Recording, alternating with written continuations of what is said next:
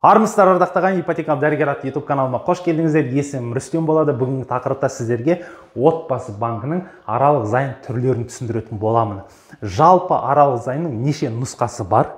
Процентный ставкасы қандай? Ай сайынғы төлем нешеден? Переплата қалай болмақ? Дәл осы видеода толыққан сіздерге түсіндіріп беретін боламын. Міндетті түрде видеоның соңына дейін көріңіздер. Себебі дәл осы видеоның соңына таман отбасы банк арқылы тиімді ипотека рәсімдеу амалымен тәсілін көрсететін боламын. Егер отбасы банкын байытқыларыңыз келмесе, яғни миллиондарды қалай үнемдеу жолын көрсетемін. Және де бүгінгі уақытқа дейін сіздерге әлі ешкім айта қоймаған супер жаңалықпен де бөлісетін боламын. Құрметті достар, сол себепті осы каналға жазыла кетіңіздер. Міндетті түрде видеоның соңына дейін көріңіздер. Дәл осы каналдың сілтемесін барлық группаға таратыңыздар. Себебі дәл осы менің YouTube каналымда оқырмандар саны 25 мың адамға жеткенде мен сіздерге алғашқы жарнасыз ипотека рәсімдеу амалымен тәсілін айтатын боламын. Құрметті достар, тақтаға назар аударыңыздар. Аралық займ бұл отбасы банкінің екінші нарыққа жаңағы өздері ойлап тапқан займ түрі десек те болады. Бұл займ бойынша менің YouTube каналымда бірнеше видео бар. Плейлист бөліміне өтіп, отбасы банк жүйесі бөлімшесінен қарасаңыздар, займ түрлері деген видео бар. Міндетті түрде соны көріп шығыңыздар. Және арнайы осы аралық займға арналған картинкасын жерге қоямын. Жилстройсбербанк сізді алдап жүрма, неліктен сіздің ақшаға пайыз қосады деген видео бар. Міндетті түрде соны көріңіздер. Жалпы, құрметті достар, өздеріңіз көріп отқаныңызда аралық займ бұл қарапайым тілмен айтатын болсақ, жылдам займ түрі. Ешқандай опының қажеті жоқ. 3 жыл ақша жинау міндетті емес. Ең маңыздысы, үй құнының қолыңызда 50% жарнасы болса, үй құнының жартысы 50% жарнасы болса, бірден отбасы банкіне келіп, төлем қабілетіңізді растап, яғни доход көрсетіп, бірден ипотека рәсімдеп баспаналы бола бересіздер. Қазір сізге осы аралық займның түрлерін көрсететін боламын. Дәл осы видео сіздерге міндетті түрде керек болады. Отбасы банкының кез келген клиенті осыны білуі керек. Себебі банк бөлімшесіне келгенде сіздерге банк менеджері немесе банк кеңесшісі осындай нұсқаларды көрсетеді. Қай нұсқамен займ рәсімдегіңіз келеді дегенде. Сол кезде абдырап қалмас үшін осы видеоны оқып алыңыздар. Қолдарыңызға қаламсаптарыңызды, парақтарыңызды алып, керектісін түртіп отырыңыздар. Дәл осы аралық займ түсіндіру үшін сіздерге мысал ретінде қарастырайық, кішкене оңайырақ болсын. Серік есімді клиент отбасы банкіне келді, 20 миллионға пәтер алам деді, қолында 10 миллион теңгесі бар. Яғни отбасы банк ол Серікке ұсынады. Мына 10 миллион теңгеңізді біздің депозит ақшасында сол депозитке саласыз, біз сізге өз қалтамыздан 20 миллион теңге береміз дейді. Яғни бұл аралық займ, аты айтып тұрғандай, орысша промежуточный займ.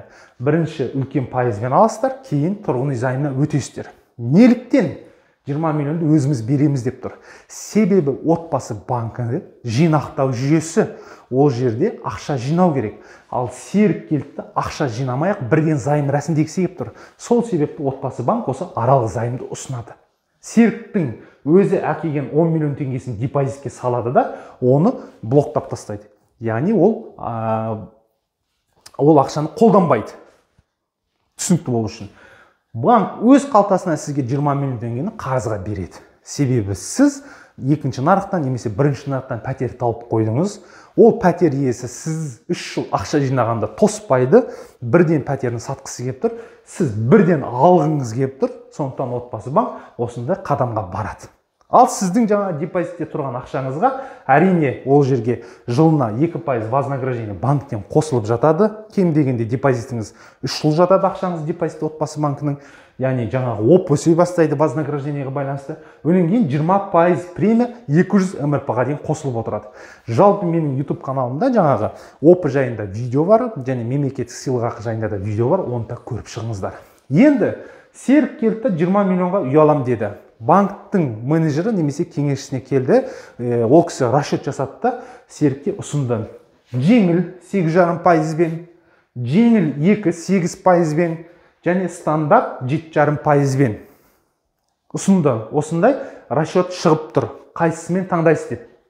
Жеңілмен 10 жылға, жеңіл 2-мен 9 жылға, жаңа стандартпен 8 жыл 4 айға деді. Енді ай сайын төлеміне көз жүгіртейік. Мысалы, жеңіл болса 141.667 теңгеден 20 миллионға, процентный ставка бірінші 3 жыл бойы мына 20 миллионға жүреді. Өйткені банктың берген қарызы ғой, сіздің 10 миллионды қолданып тұрған жоқ. Жеңіл 2 бойынша 157.780 теңге деді, ал стандарт бойынша 176.362 теңге деді. Міне, сізге осы 3 вариантты ұсынды. Сіз енді бұл жерде таңдау жасауыңыз керек. Яғни, қай нұсқамен ипотека рәсімдегіңіз келіп тұр. Қазір көпшілігіңіз ойлап қалуыңыз мүмкін. Қалай сонда 8,5%-мен аз шықты да 8%-мен көп болып кетті, немесе 7,5%-мен одан да көп болып кетті. Бір көзбен қарағанда процентный ставкалары мыналардікі аз, бірақ ай сайынғы төлем көп қой деулеріңіз мүмкін. Енді дәл осы аралық займның түрлерін қандай айырмашылығы бар, соны қазір талдап түсіндіретін боламын. Қараңыз, жеңіл деген бұл сіз ипотеканы қарапайым тілмен айтсақ жеңіл рәсімдеу үшін, яғни сіздің доходыңыз жаңағы аз болса, осы ипотека 8,5%-бен не үшін жеңіл? Өйткені сіз ең бірінші 36 ай бойы, яғни 8,5% 20 миллионға жүреді дедік қой. 36 ай бойы без погашения основного долга деп жазып қойдым. Яғни сіз 36 ай бойы банкты байтасыз деген сөз. Банктың қалтасын қампайтасыз деген сөз. Яғни 141.667 теңге ол тек қана банктың проценті. 3 жыл бойы банктың процентін қалай төлейсіз. Сондықтан ол аз, айма-ай төлемі аз болып шығады. Жеңіл 2 аннуитет 50% основного долга деп қойдым. Қараңыздар, сізге банк айтты, ай сайынғы төлем 157.780 теңге деді, дұрыс па? Соның 133.334 теңгесі ол банктың проценті болса, ал мынау 24.446 теңге негізгі қарыздан азая береді. Сізге банк 20 миллион теңге берді өз қалтасынан. Яғни 3 жыл бойы осы сума мына 20 миллионды азайта береді. Көрдіңіздер да? Сондықтан осындай сума шығып тұр 8%-бен максимум 9 жылға. Енді стандарт бойынша 176.362 теңге. Оның 125.000 теңгесі банктың проценті болса, 51.362 теңгесі негізгі қарыздан шегеріле береді, 20 миллионнан азая береді. Яғни бұл бірден қатып қалған емес, бұл ай сайын мынау негізгі қарыз өсе береді да, банктың проценті азая береді. 8 жыл 4 ай бойы мысалы. Ары қаратай мысалы 36 ай бойы, яғни 3 жыл бойы сіз осылай төлеп келесіз. Үлкен процентный ставкамен 8,5, 7,5%-бен да.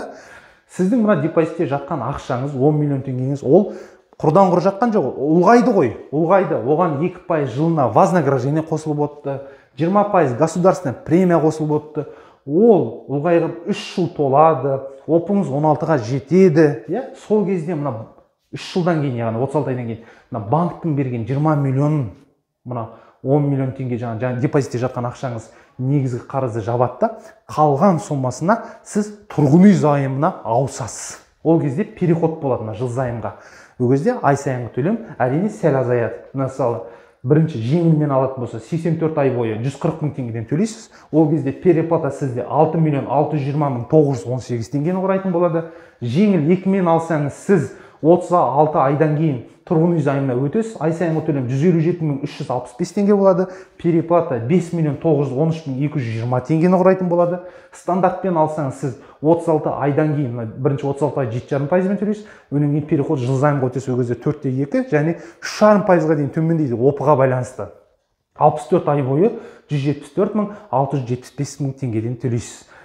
Переплата 5,466,188 теңгені құрайтын болады. Міне, құрметті достар, дәл осы аралық займ түрлері жеңіл, жеңіл 2 және стандарт деп бөлінеді. И процентный ставкаларды өзіңіз көріп отырсыздар. Мына жерде мысалы жеңіл 2-ні таңдасаңыз, оның қандай да бір жаңағы сомасы негізгі қарызы жабады, тиімдірек. Мына жерде негізгі қарыз кішкене көбірек, ол да тиімдірек. Бірақ ай сайынғы төлем көп болғандықтан, сіз міндетті түрде осы төлемге доход көрсетуіңіз керек.